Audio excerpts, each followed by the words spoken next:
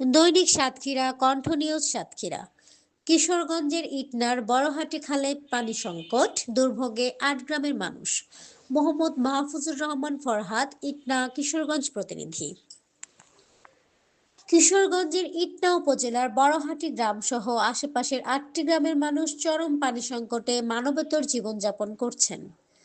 ধনু নদীর একটি শাখা খাল দীর্ঘদিন ধরে শুকিয়ে থাকায় এসব এলাকার মানুষের দৈনন্দিন জীবনযাত্রা মারাত্মকভাবে ব্যাহত হচ্ছে।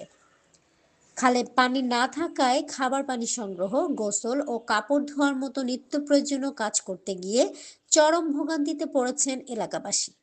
জানা যায়, ইটনা জেটিঘাট সংলগ্ন দাসপাড়া গ্রামের পেছন দিক দিয়ে প্রবাহিত ধনু নদীর এই শাখা খালটি শেখেরহাটি, পশ্চিমগ্রাম, খালপাড়হাটি, বড়হাটি, সড়কহাটি, পাথারহাটি ও ইয়াতিমখানা হয়ে নয়াবাড়ির মাথা পর্যন্ত প্রায় ১ কিলোমিটার বিস্তৃত।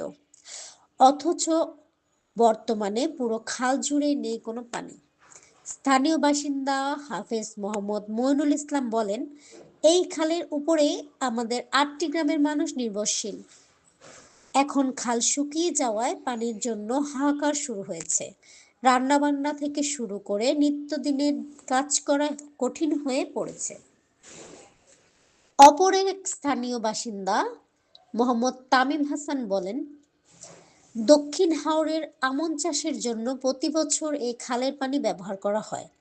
ফলে শুষ্ক মৌসুম এলেই খালটি একেবারে শুকিয়ে যায়। এতে সাধারণ মানুষই সবচেয়ে বেশি ক্ষতিগ্রস্ত হয়। স্থানীয়দের অভিযোগ, মরহুম জাহের আলী মেম্বারের জীবদ্দশায় খালে পানির সংকট দেখা দিলে দাসপাড়া গ্রামের মাথা অংশে খালের মুখ কেটে দেওয়া হতো।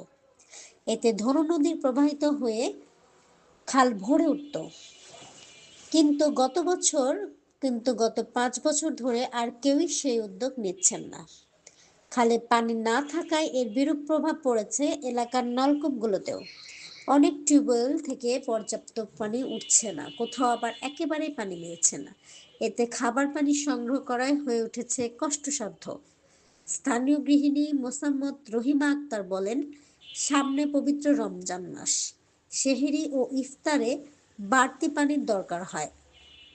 এমন অবস্থায় পানি না থাকার পানি না থাকলে কিভাবে রোজা রাখবো তা নিয়েই দুশ্চিন্তায় আছি।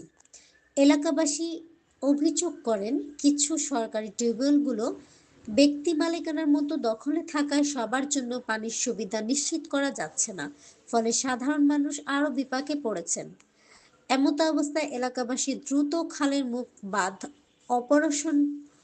মুখের বাঁধ অপসারণ করে পানি প্রবাহ স্বাভাবিক করার জন্য স্থানীয় চেয়ারম্যান সহ উপজেলা প্রশাসনের জরুরি হস্তক্ষেপ কামনা করেছেন। তাদের দাবি, রমজানের আগে কার্যকর ব্যবস্থা নেওয়া না হলে এই পানি সংকট আরো ভয়াবহ রূপ নেবে।